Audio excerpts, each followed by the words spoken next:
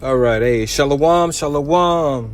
I want to give all praises, glory, and honor to Yahweh, Bahashem, Yahweh Shai, Bahashem, Racha Kodash. Double honors to the apostles and the elders of Great Millstone who rule well. Much peace and mercy to the hopeful elect.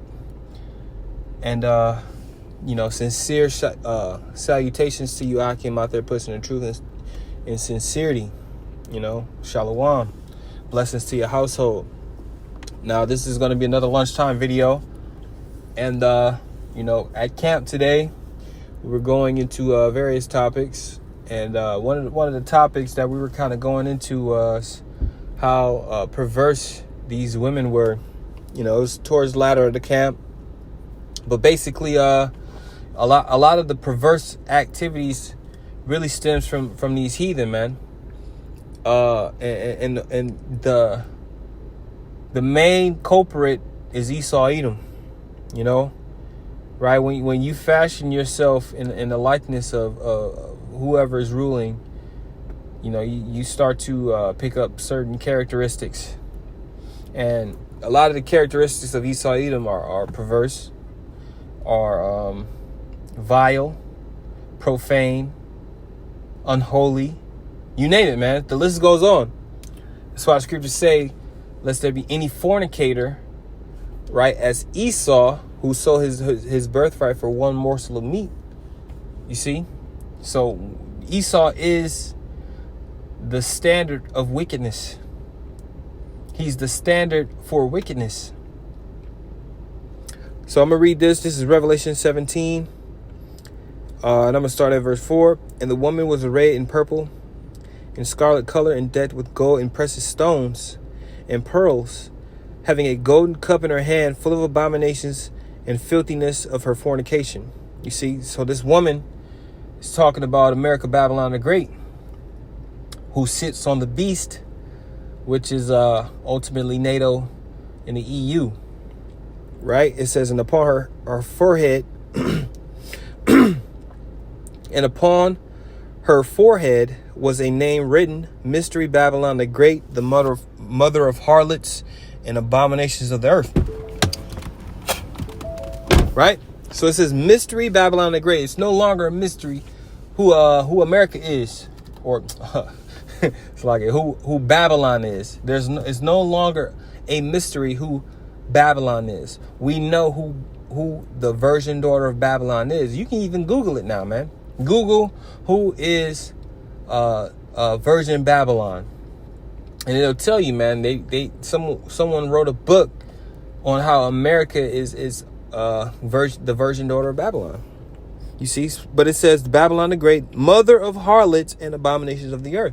So when you think of a harlot, what does a harlot do? A harlot ultimately, they do perverse activities, man. Right? In this day, a lot of these women have the freedom to be a harlot. They have the freedom, the liberty to gad abroad, to seek many lovers, to indulge in pleasure, man. So the fact that they have this power, which is not true, it's not real power. It's just like how in what was that time? The Greeks, right? You had the Israelites who went to the heathen, said, let us form a covenant with the heathen because it will be good for us, roughly paraphrasing. These women, they signed that covenant, man. When they decided to kick the man out the house, and I'm really pointing the finger at you so-called black women, man. Right? You kicked the man out the house.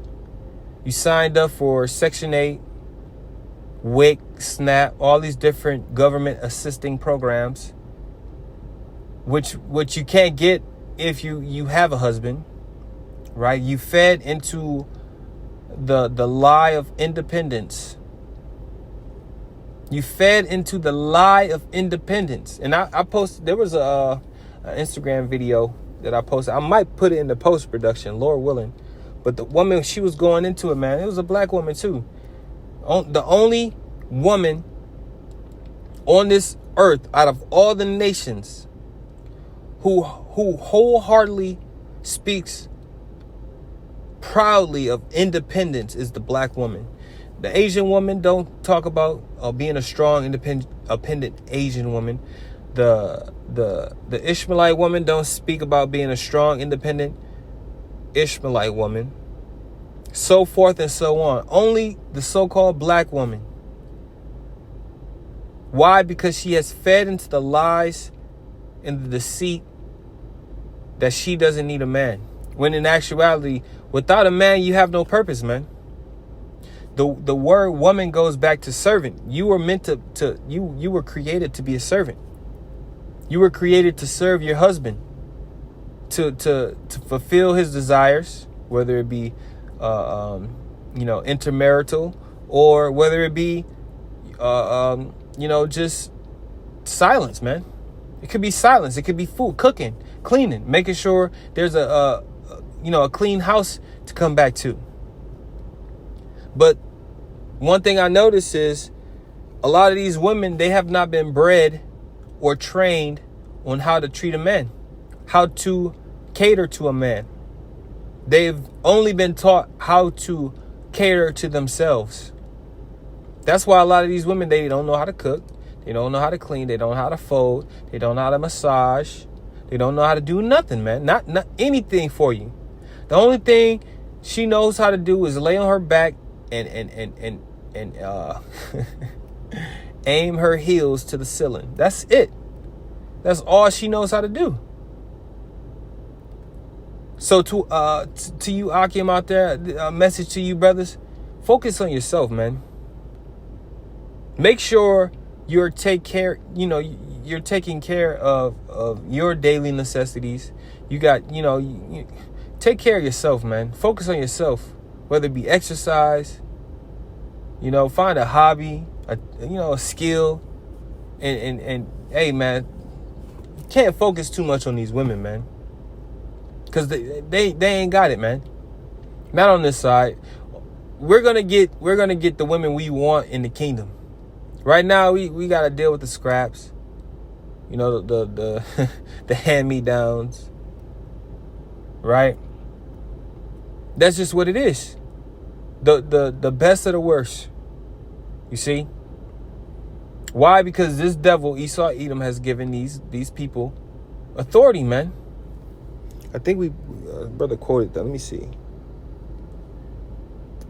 This is it. Sirach chapter 10, verse 2. As the judge of the people is himself, so are his officers. And what manner of man the ruler of the city is, such are all they that dwell therein. So what kind of person is Esau Edom? We have his characteristics. The scriptures say he's a base man. What's that, Daniel 4 and 12 or something like that? Roughly, let me see. The scriptures say he's a base man. That's not it.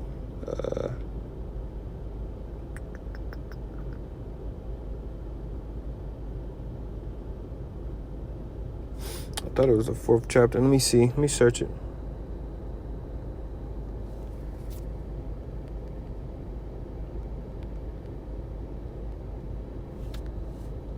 Bear with me. Basist. 4 and 17, not 12. I don't know why I don't have this highlighted. All right. Daniel chapter 4, verse 17.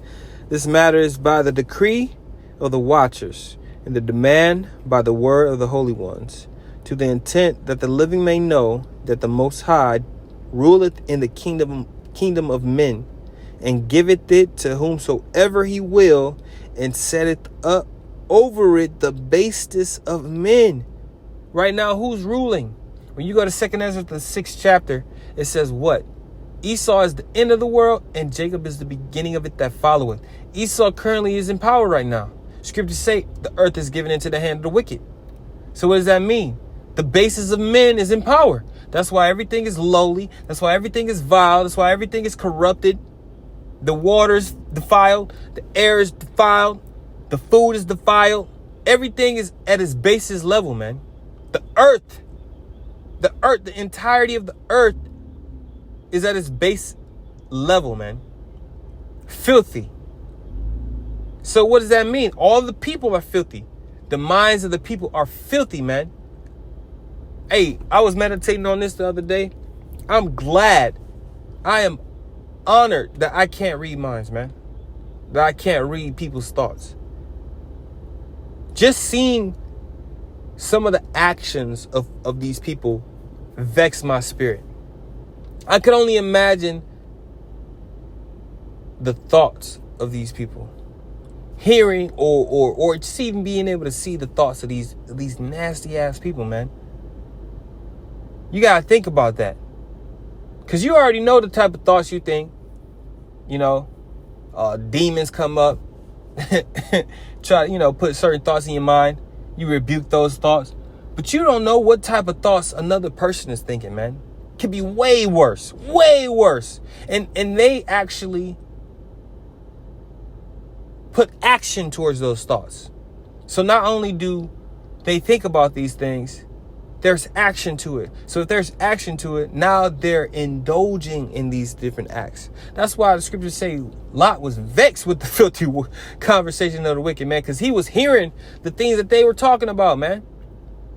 And when you go into that word conversation, it goes into their behavior, man. So he was hearing what they was talking about. He was seeing what they was doing. Could you imagine if you could actually read the minds of these people, man? Hey, this place got to go, man. You see? So, going back full circle, this man, right, as I read in Sirach, the 10th chapter, as the judge is himself, so are the people. These people follow after the way of Esau, man. Esau tells you this is right and it's obviously wrong. They follow it too. They do it, man. This whole this ABC, DFG, HIJK, elemental P community that's going on right now. People know that shit is wrong, bro. People really know deep down, yeah, that's not right. But the fact that Esau Edom is telling you, you can't judge them.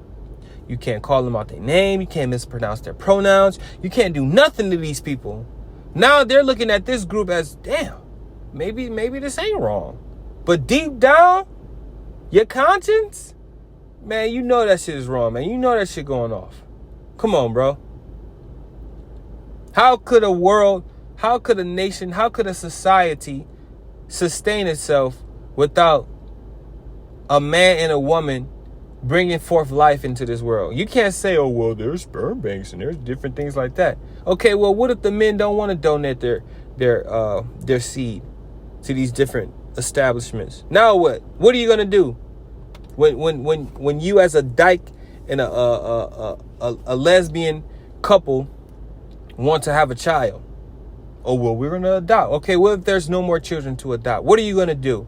You can't produce life with a man and a woman and a woman. That's just facts, man. Come on. That's ABC. That's 1, 2, 3. That's 2 plus 2 equals 4, man. There's no getting around it.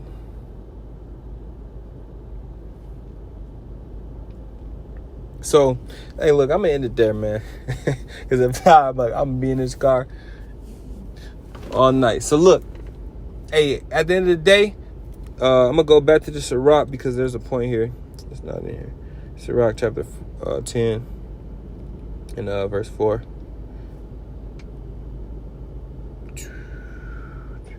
This is Sirach chapter 10 verse 4. It says, the power of the earth is in the hand of the Lord, and in due time he will set over it one that is profitable. Who is that one that's profitable? Yahweh Shai. Yahweh Shai is gonna take hold of this earth. He's gonna get rid of the wicked seed from power. He's going to establish the elect, and we're going to rule in righteousness. You see, it says, in the hand of the Most High is the prosperity of man, and upon the person of the scribe shall he lay his honor. But that's the point. Verse 4 is the point, right? That one that's profitable is Yahweh Shai. That's why we're waiting. Scriptures say, wait ye on me until I rise up against the prey. 2 Peter's the 3rd chapter, hastening unto the coming of the day of the Lord. These are the things that we meditate on. So, Lord willing, this is edifying. Until next time, giving all praises again to Yahweh B'Hashem Yahushai, B'Hashem Rachak Kodash, Shalom.